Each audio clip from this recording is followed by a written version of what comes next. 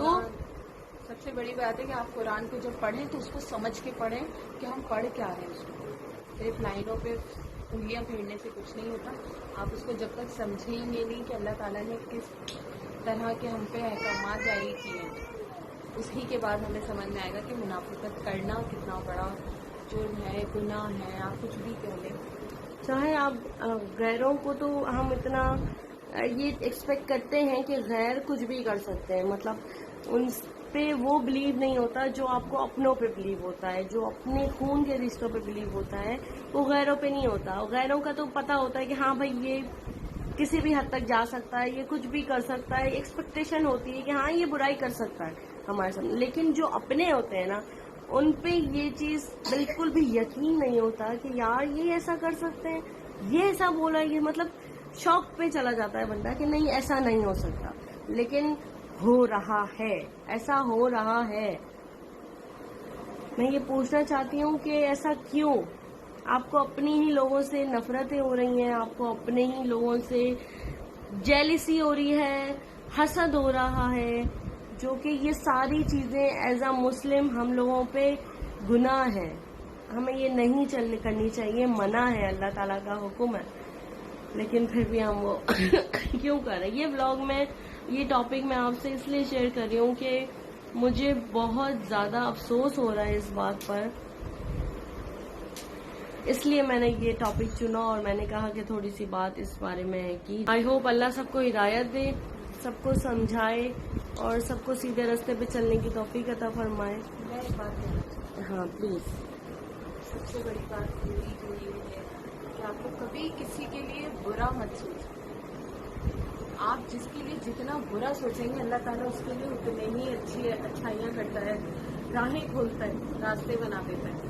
یہ کبھی مت سوچیں کہ آپ نے کسی کا رزق چھین لیا تو کامیاب ہو گئے, کسی کے لیے آپ نے بد دعا دے دی تو آپ کامیاب ہو گئے. نہیں, ایسا کہیں کبھی بھی نہیں ہوا ہے. جو حق پہ ہے وہ حق پہ ہی رہے گا, اور جو سچا ہے اس کے لیے اللہ تعالیٰ بڑے ہی راستے وسیلے اسباب بنا دیتا ہے. آپ لوگ کبھی مت سوچیں کہ ہم منافقت کر کے کامیاب ہو گئے. وہ وقتی کامیابی ہوگی بالکل, اور ہر کہتے ہیں نا ہر عروج کو زوال ہے, تو انشاءاللہ تعالیٰ ہر عروج کا زوال ضرور ہے. آپ یہ مت سوچیں کہ آپ نے کسی کو دھوکہ دیا یا کسی کے ساتھ منافقت کی تو آپ کامیاب لائف گزار رہے ہیں. یہ آپ کی سب سے بڑی بھول ہے اور سب سے بڑی ہار ہے. بالکل بالکل صحیح کہا آپ نے. I agree with you. میں یہ نہیں کہوں گی کہ میں بہت سمجھدار ہوں یا میں کوئی بڑی بڑی بھاشن جھاڑ رہی ہوں. ایسا اتنا خاص ایکسپیرینس کچھ نہیں ہے, نہ ہی میں کوئی لیکچرار ہوں, نہ ہی مجھے اتنی چیزوں کا پتہ ہے. بس میری زندگی میں میرا وقت جیسا گزرا ہے, میں نے جو چیزیں اپنی لائف میں دیکھی ہیں, سمجھی ہیں, سنی ہیں, تجربے کیے ہیں, اس حساب سے میں آپ سے یہ باتیں شیئر کر رہی ہوں. بس جاتے جاتے ایک نصیحت دینا چاہوں گی آپ کو کہ اگر آپ کسی کے ساتھ اچھا نہیں کر سکتے نا, تو آپ کسی کے ساتھ برا بھی مت کریں اور نہ سوچیں, کیونکہ جب آپ سوچتے ہیں تو آپ کے دل بھی کالا ہوتا ہے اور آپ کی زبان بھی کالی ہوتی ہے, اور آپ باتیں بھی پھر غلط کرتے ہیں اور سوچتے ہیں. تو میں اتنا چاہ رہی تھی کہ منافقت ختم کرنی چاہیے, اور جو لوگ یہ کرتے ہیں اللہ تعالیٰ ان کو ہدایت دے, اللہ تعالیٰ ان کو سیدھے راستے پہ پہنچائے, اور ہمیں بھی ہدایت دے کہ ہم بھی لوگوں تک اچھی اچھی باتیں پہنچا سکیں, خود اچھے اچھے عمل کر سکیں اور نماز روزہ قائم کر سکیں. اللہ تعالیٰ ہماری باتوں کو, عبادتوں کو قبول کرنے کی توفیق عطا فرمائے. اور اللہ تعالیٰ دے کے بھی آزماتا ہے اور لے کے بھی آزماتا ہے. بالکل. آپ دونوں آزمائشوں پہ پورا اتریں. آج کا ولاگ بس اتنا ہی. آئی ہوپ آپ کو میری ویڈیو پسند آئی ہوگی, اور یہ ویڈیو بنانے کا ہرگز یہ مقصد نہیں تھا کہ کسی کا دل دکھے, یا یہ صرف ایک جرنلی گفتگو تھی. سوچا میں نے اپنے ولاگ میں کچھ نیا لے کر آؤں, کچھ ڈفرینٹ لے کر آؤں.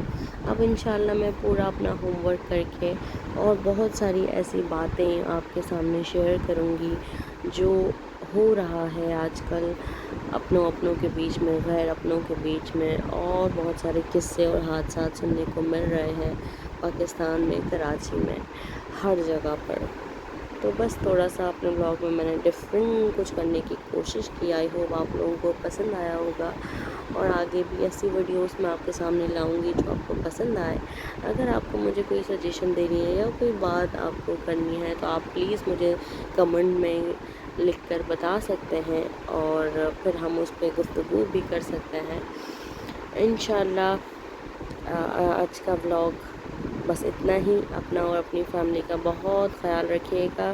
اور آخری ریکویسٹ آپ سے ہے کہ لائک شیئر کمنٹ اور سبسکرائب کرنا مت بھولیے گا. میری اگلی ویڈیو کا انتظار کیجیے گا. اللہ حافظ.